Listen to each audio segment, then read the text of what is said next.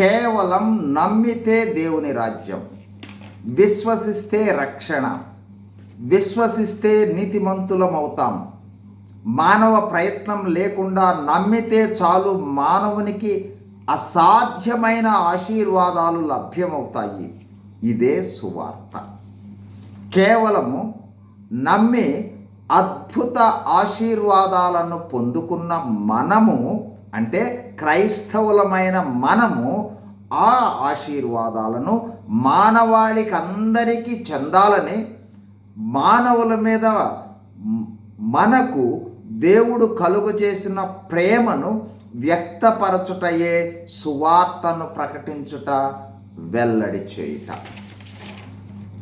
అంత మాత్రమే కాదు, సువార్త ప్రకటన యేసు ప్రభువు వారి ద్వారా రక్షణలోనికి వచ్చిన వారికి అందరికీ, అంటే తన శిష్యులైన మనందరికీ యేసు ప్రభువు వారు ఇచ్చిన గ్రేట్ కమిషన్, అంటే గొప్ప ఆజ్ఞ.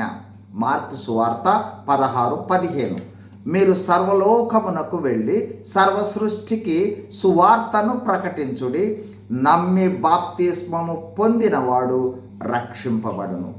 రక్షణ అంటే శిక్ష నుండి తప్పించబడుట, పాప క్షమాపణను పొందుట, దేవుని జీవ గ్రంథములో పేరు వ్రాయబడుట, పరలోకములో ప్రవేశము పొందుట, దేవుడే ఆత్మస్వరూపిగా మనలోనికి వచ్చుట. ఈ రక్షణ ఐచ్ఛికం. కావాలనుకునే వాళ్ళే విశ్వసిస్తారు. అయితే మన బాధ్యత తెలియచేయటం.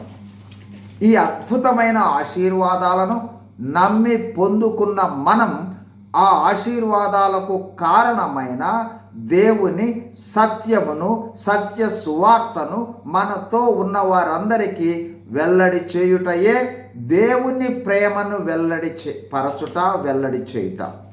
మనలో ఉన్న దేవుని ప్రేమను వెల్లడి చేయుట మరియు దేవుని ఆజ్ఞకు విధేయత చూపటం. దేవుని సత్యాన్ని వెల్లడి చేద్దాం, దేవుని ఆజ్ఞలకు లోబడదాం. God bless you. Thank you.